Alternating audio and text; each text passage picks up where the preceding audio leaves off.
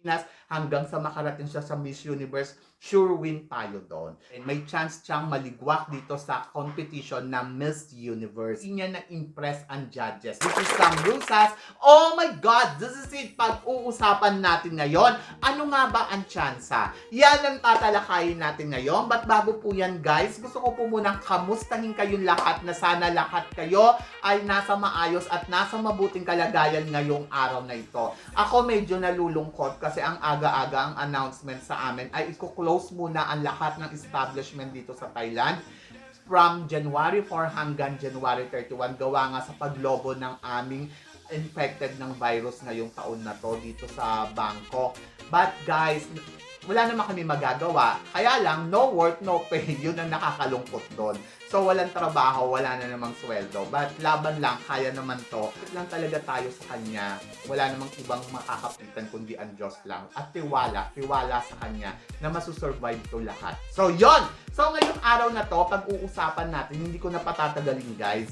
Meron kasi akong sasagutin ng mga ilang questions. May pa-notice sa atin. But guys, paalala ko lang po sa inyong lahat, kapag nanonood po tayo dito, sana maging open mind po tayo doon sa mga questions nila.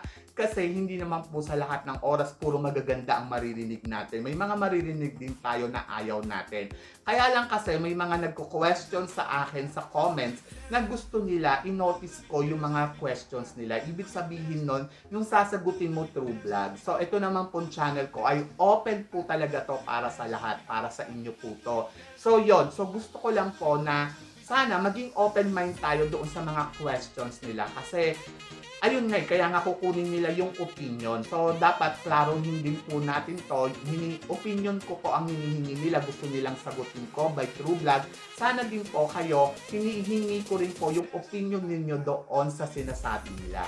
Para at least, di ba, may participant lahat. Ako, ikaw, at siya. Ano lang talaga, masagot ko ng maayos ang lahat ng questions niya. So, sasabihin ko anong pangalan niya para doon din sa protection din doon sa taong nagtatanong. Kasi wala naman po ako nakikitang masama doon sa mga tanong. Ang ano lang doon kung paano mo talaga sasagutin. So, yon. So, sabi niya, hello Mama Sam. May 3 questions ako. Sana manotice mo. So, yon. Sabi niya, para sa question number 1, sabi niya, what if si Trump pa ang owner ng Miss Universe ngayon? May chance pa ba manalo si Pia at Catriona? Noong time pa nila, anong masasabi mo? O, di ba? Ang ganda ng question. So, ako masasabi ko, pag Trump era, yung kay Pia medyo questionable kasi alam naman natin pag Trump talaga gusto niya yung mga Latina, mga sexy, yung pumapalo, malandi, di ba? Ganon. Ganon yung gusto ni Trump eh. Yung gusto niya talaga pang display yung babae. So, yung panahon ni Pia, nakita naman natin, ang ganda ni Colombia, di ba? Sobrang sexy. Baka si Colombia ang manalo pag eto si Trump yung panahon na yon.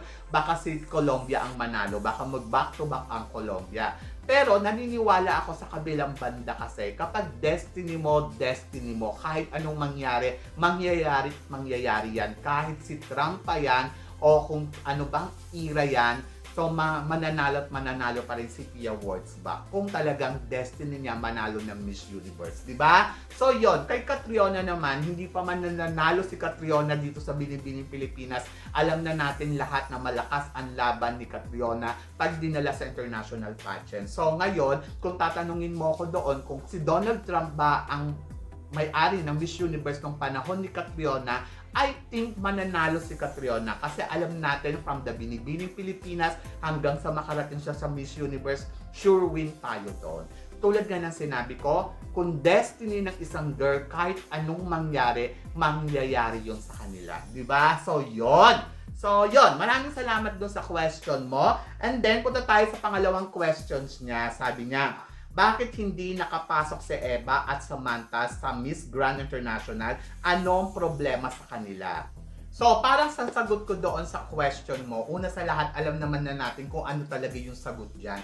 Pero para to be fair, sige, sasagutin ko siya dahil hinihingi mo yung opinion ko. Ang tingin ko, kaya hindi napasama si Eva at saka si Samantha Lo dito sa Miss Grand, hindi sila nakapasok sa finalist ng Miss Grand dahil doon sa performance na ginawa nila. Una, si Eva nadulas doon sa preliminary competition. Hindi niya na-impress ang judges, kaya hindi siya nakapasok doon sa finalist ng Miss Grand International. Yun yung totoo doon. So, hindi niya na-impress yung judges dahil doon nga sa nadulas siya. Sabi ko nga, kapag destiny mo, destiny mo. Kapag hindi mo destiny, hindi mangyayari yon. So, aminin natin yun guys, na hindi naging maganda yung performance na ginawa ni Eva doon sa preliminary competition. Kaya, hindi tayo nakalusog doon sa finalist. And then, ito naman si Samantha Lo, in fairness naman kay Mr. Nawat ha, dahil si Mr. Nawat, una sa lahat, ayaw niyang nalilate sa isang competition ang babae. Alam ni Eva yon. Pero itong si Samantha, nakarating ito dito sa competition na Miss Grand International sobrang late dahil sa paborito siya ni Nawat at gustong manalo ni Mr. Nawat ang Philippines at that time, pinarating niya pa rin si Samantha kahit naghihintay na sila ng sobrang tagal. But guys, nakita naman din natin kung anong performance ang ginawa ni Samantha sa entablado ng Miss Grand International. Ngayon sabihin nyo sa akin, sino ang dapat sisihin? Ang judges, ang Miss Grand, o etong si Samantha? So, yun yung sinasabi ko, maging fair tayo doon sa nakikita natin. Hindi tayo dahil gusto natin, alam natin magaling. Yes, totoo, si Samantha, magaling si Samantha, maganda si Samantha, wala ako nakikitang problema sa katawan ni Samantha. Maliban na lang doon sa performance na ginawa niya nung preliminary competition ng Miss Grand International. Tulad nga na sinabi ko, paborito ni Nawat itong si Samantha. Kaya nga kahit late na late, pinarating. Diba? So may nagtanong din sa akin guys, sabing ganon, paano kung si Gasini Ganados ang ipinadala doon sa Miss Grand? Tingin mo ba mga mananalo? Oo, bakit hindi? Maganda si Gasini, sexy si Gasini, at alam ni Gasini kung paano makipaglaro, paano rumampa. So I think mananalo si Gasini, lalo na kung ang gagawin niya doon, yung galawan niya sa Binibining Pilipinas, ay pak na pak, winner yan. So yon, yun yung dahilan kung bakit hindi napasama si Eva at saka si Samantha, dahil hindi naging maganda ang performance na ginawa nila noong preliminary competition. Yun po yun. Huwag tayong tumingin doon sa activities nila. Tumingin tayo doon sa ginawa nila noong preliminary competition. Yun yung naging problema. At sana sa mga susunod na ipapadala natin ay makakuha na tayo ng corona. Doon naman sa mga nagsasabi na, nako, hindi naman importante ang corona ng Miss Grand International, kaya pala tayo nagkakaganito at gigil na gigil tayo kay Nawat dahil hindi importante. I don't think so. Importante, kaya tayo ganon nagkagalaite. So sana lang, ang atin lang, maintindihan din natin sa isang organization, kahit hindi Miss Grand to, na alam natin kung ano yung pinapanood natin at ano yung hinahanap nila.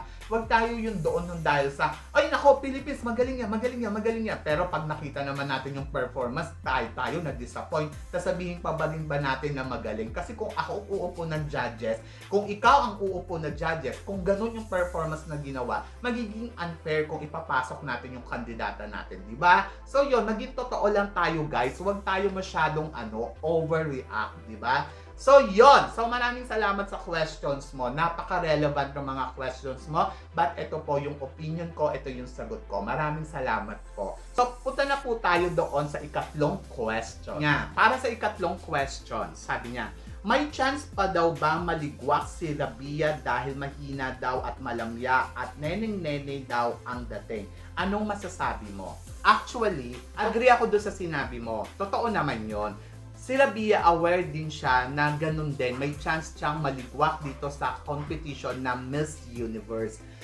Kaya nga, di ba, ang ginagawa ni Rabia, pinag-aaralan niya ng maigi ang competition na to. Pinag-aaralan niyang maigi kung ano ang mga galawan at ano ang dapat niyang gawin para hindi siya mapunta doon sa maligwak siya. Naalala ninyo at alam ko na aware din kayo na si Rabia Mateo na ginagawa niya ang lahat. Ginagawa ng organization ng lahat kung ano pa yung mga kailangan i-improve dito kay Rabia para hindi sila maligwak dito sa competition na to. Kaya nga, di ba, nagti-training. Kaya nga ngayon pa lang pinag-aaralan para hindi doon tayo mapunta sa ligwak. Ngayon, si Rabia, aware siya doon. Alam niya yon. Kaya nga, di ba, doon pa lang sa Miss Universe Philippines, aware na siya na anytime pwede siyang maligwak kasi malalakas ang kalaban niya. Pero ano ang ginawa ni Rabia? Nasa competition na, sinasabi niya, ginagawa niya pa rin yung training niya, ginagawa niya pa rin yung kung ano yung pwede pa niyang gawin. Nandoon nga daw siya sa gilid, di ba? At nagdadasal, nag-aaral nag-aaral ng mga questions para at least ma-aware yung sarili niya, ma-update niya yung sarili niya habang nandoon siya sa competition at hindi siya matalo doon sa competition na yon. At nakita naman ninyo na ipanalo niya yung competition. So dito pa kaya sa international pageant, tingin mo ba papabayaan nila na matalo sila dito sa competition na to? So yon. So kaya nga sinasabi ko sa inyo guys, ang laki ng tiwala ko kay Rabia kasi aware siya sa mga pwedeng mangyari sa kanya. Alam niya kung ano pa yung mga dapat niyang pag-aralan para ma-improve siya at hindi siya mapunta doon sa sinasabi ninyo na malaki pa ang chance niyang maligwa. Yes, totoo, mukha siyang nene. Kaya nga 'di ba pinag-aaralan nila kung ano pa ang magandang styling na pwedeng gawin dito kay Rabia. Totoo, marami pang pagkukulang si Rabia. Maraming mga pagdududa, mga tumatakbo sa utak ninyo. Pero, kaya nga diba ang ginagawa ni Rabia ay ginagawa niya to ng paraan para ma-improve ang sarili niya para sa ating lahat. Ganda kay Rabia Mateo. Kaya ako humahanga. Kasi hindi lang siya basta-basta na parang sasabihin mo, oh sige, ito na, nakita na ninyo, sexy, maganda. Kaya nga 'di ba sinasabi niya, hintayin ninyo ang competition at ibibigay niya ang lahat ng makakaya niya. So ibig sabihin, pinaghahandaan niya ng gusto ang lahat-lahat sa competition Miss Universe, 'di ba? So 'yon. So ako katiwala kasi nakita ko na aware siya sa sarili niya kung ano pa yung mga kulang, kung ano pa yung mga dapat niyang i-improve. Kasi pag ganun yung isang tao na accept mo kung ano pa yung mga dapat mo i-improve at willing kang ma-improve yon at gagawin mo ang lahat para ma-improve ang sarili mo, ibig sabihin no, itong taong to, malaki ang determinasyon doon sa competition. Malaki ang determinasyon niya sa sarili niya na para makuha ang corona. Kaya nagtatagumpay. So yon, kaya ganon kalaki ang tiwala ko. Kaya nakita ko kung anong ginawa ni Rabia doon sa competition. Iba yung naging pananaw ko sa kanya. So doon pa lang naging open ako. Nakikita ko iba yung ginagawa niya kung paano niya gagawin ng isang bagay doon para makuha niya yung tagumpay. So yun yung pinaniniwalaan ko sa kanya. So yun po, sana po naiintindihan po ninyo at sana po nasagot ko po ng maayos yung questions natin ngayon. Kayo guys, tatanong ko rin po sa inyo to. Kung tingin ba ninyo kung si Trump era nga ba ang panahon nila Pia at Catriona, mananalo din kaya sila? Tingin ba ninyo, bakit hindi nakapasok si Eva at saka si Samantha dito sa Miss Grand International? Dahil ba talaga ayaw ba ni Nawat o hindi nila na-impress ang judges? And then, doon sa pangatlo, ikaw ba, tingin mo rin ba, malaki ba ang chance ni Rabia na maligwak dito sa pageant ng Miss Universe? So please comment below para at least naman masabi mo naman dyan kung ano naman ang opinion mo. So yun, maraming salamat po sa inyong lahat sa walang sawang pagsuporta ninyo dito sa channel ko. Sa mga hindi pa po nakaka-subscribe, please iniimbitahan ko po kayo. Please don't forget to click like and subscribe my channel. So shout out po tayo doon sa mga ilang kaibigan natin. Shout out po kay Jay Martinez. Hello Jay Martinez, maraming salamat. Ano dyan din si John Rendell. Hello John Rendell. Si Shirley Corona. Hello Shirley. Happy New Year. So yon, si Tyron Manuel Ong nandiyan din. At saka nandiyan din si Michael Perez. Hello Michael, maraming salamat sa pagsuporta mo. At syempre, gusto ko rin pasalamatan si Kai Cruz na lagi din nakatutok at nakasuporta sa akin kahit anong mangyari. So maraming salamat sa iyo Kai, na-appreciate kita. And then, gusto ko rin pasalamatan ang aking best friend na si Rona LV, ang aking twin sister na si Kaylin Yan, and of course si Mama Jen na laging nakatutok dito sa channel ko. At sa inyong lahat, maraming salamat sa pagtutok ninyo dito sa aking channel. God bless you all. Always think positive. Always keep praying. Sabi ng ganon, walang imposible sa itaas. Manalig lang tayo sa Kanya. So, keep smiling. Hanggang dito na lang. Hanggang sa muli nating chikahan. Paalam!